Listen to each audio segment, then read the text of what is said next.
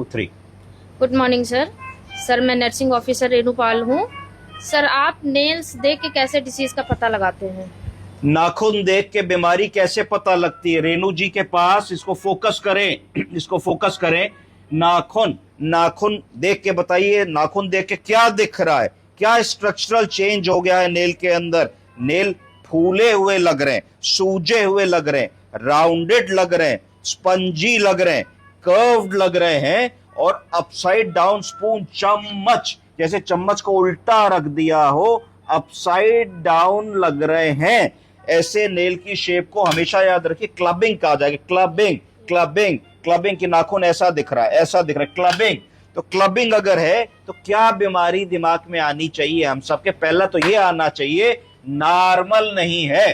Clubbing होने में महीनों और सालों लगते हैं। कोई ऐसी क्रोनिक बड़ी बीमारी है जो मरीज को बहुत दिन से चलती चली आ रही है, तो कॉमनेस्ट बीमारी आनी चाहिए, दिल की बड़ी बीमारी। दिल की बड़ी बीमारी कुछ होगी जिसको सीवियर साइनोटिक हार्ट डिजीज कहा जाता है। फिर ब्रोंकाइटिस, लंग की कई बीमारियां ऐसी होती है जिसमें ऐसा हो जाएगा। Bronchitis, emphysema, fibrosing alveolitis, carcinoma, cancer of the lung, heart की बीमारी, इन्फेक्टिव एंडोकार्डाइटिस, और कई बार पेट की बीमारी जैसे इरिटेबल बाउल सिंड्रोम। इतनी चीजें हमारे दिमाग में आनी चाहिए। अगर ऐसा मरीज है कि इसके इर्द गिर्द अगर ढूंढा जाए तो कोई बीमारी मिलेगी। मरीज कहेगा ऐसे नाखून तो सालों से है जी, कोई नई बात थोड़ी ना है। समझ गई आप? दूसरा आप पढ़िए, आपके पास क्या लिखा है? साइनोसिस। क्या नाम है आपका? निधि मौर्य जी बता रही है साइनोसिस। अगर हम ध्यान से देखें तो नाखून आगे से तो लाल दिख रहा है, इसको पास लाइए, यहां से नीला नीला दिख रहा है। तो साइनोसिस नाखून में भी हो सकती है, पेरिफ्रीज में भी हो सकती है, हाथ और पैर की उंगलियां आगे से नीली दिखने लगती हैं। तो इसको कहा जाएगा bluish discoloration of the nails and skin due to lack of oxygen in the blood. अगर ब्लड में ऑक्सीजन की कमी होगी तो ब्लूइश नीला पड़ना लगेगा हाथ की पेरिफरीज, नेल्स। तो इसको कहा जाएगा साइनोसिस। साइनोसिस के क्या इंडिकेशन है? किन बीमारियों में साइनोसिस हो सकती है? कंजेनाइटल हार्ट डिजीज, पैदाइशी हार्ट में छेद हो गया, हार्ट की कोई बीमारी हो गई, उन लोगों में ऐसा तो ब्लू बेबी भी कहते हैं कई बार जब बच्चा पैदा होता है।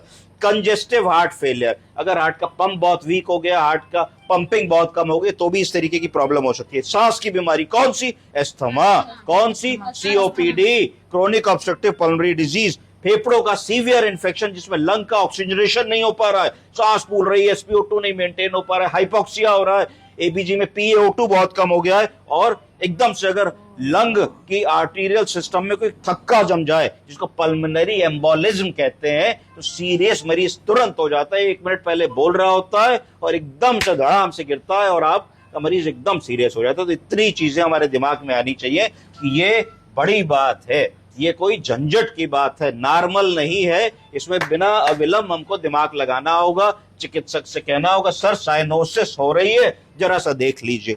आपका क्या शुभ नाम है? सर मेरा नाम पूजा यादव है। क्या है आपके पास? कोलानेशिया है। क्वाइलोनिकिया।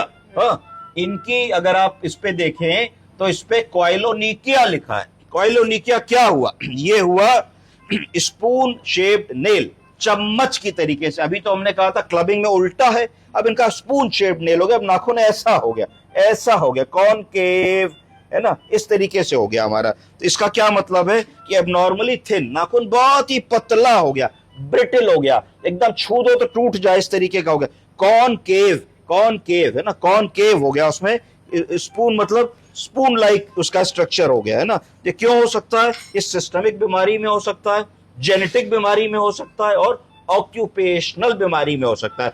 बहुत सारे लोग जो तेल की फैक्ट्रियों में काम करते हैं, खदानों में काम करते हैं, जहां उनके नाखून और हाथ बहुत देर तक गीले रहते हैं, केमिकल फैक्ट्रीज में काम करते हैं, उनमें इस तरीके की परेशानी हो सकती है।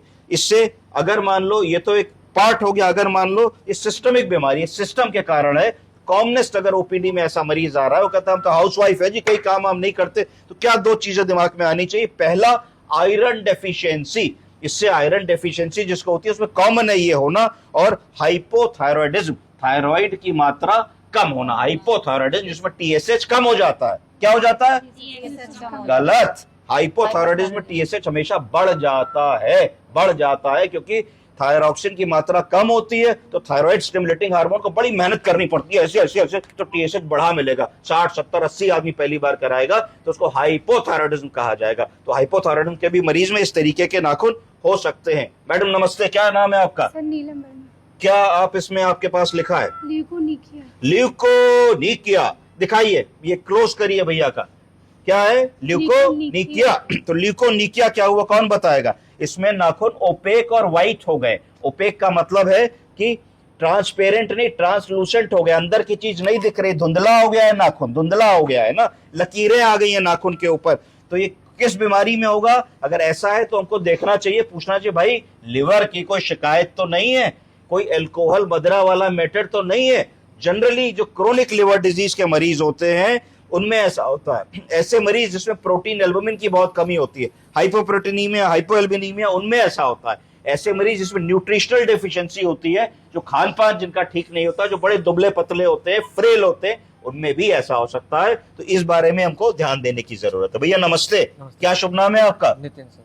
नितिन बाबू, क्या आपके पास है? ओनिकोमाइकोसिस। ओनिकोमाइकोसिस। इनके पास, भैया के पास देखे तो इनका नाखून ऐसा लग रहा है कि किसी ने कुरत दिया है, खा लिया है, दीमक लग गई है। ओनिकोमाइकोसिस ये बड़ा कॉमन है, रोज ओपीडी में हमारे पास आता है। Fungal infection in the nails, नाखून में फंगस ने घर बना लिया है और धीरे धीरे नाखून को खाना शुरू कर दिया है। इसमें नाखून कैसा हो जाएगा? डिसकलर हो जाएगा, उसका रंग खत्म हो जाएगा, व्हाइट या येलो कलर का लगने लगेगा, थिक हो जाएगा और ब्रिटल नेल हो जाएगा, चटचटा के टूटने लगेगा, कोई दम नहीं होगा। तो fungal infection of the nail है, पहचानना सीखिए। मैडम क्या शुभ नाम है आपका? उर्वशी। क्या है आपके पास? पेरोनिकिया।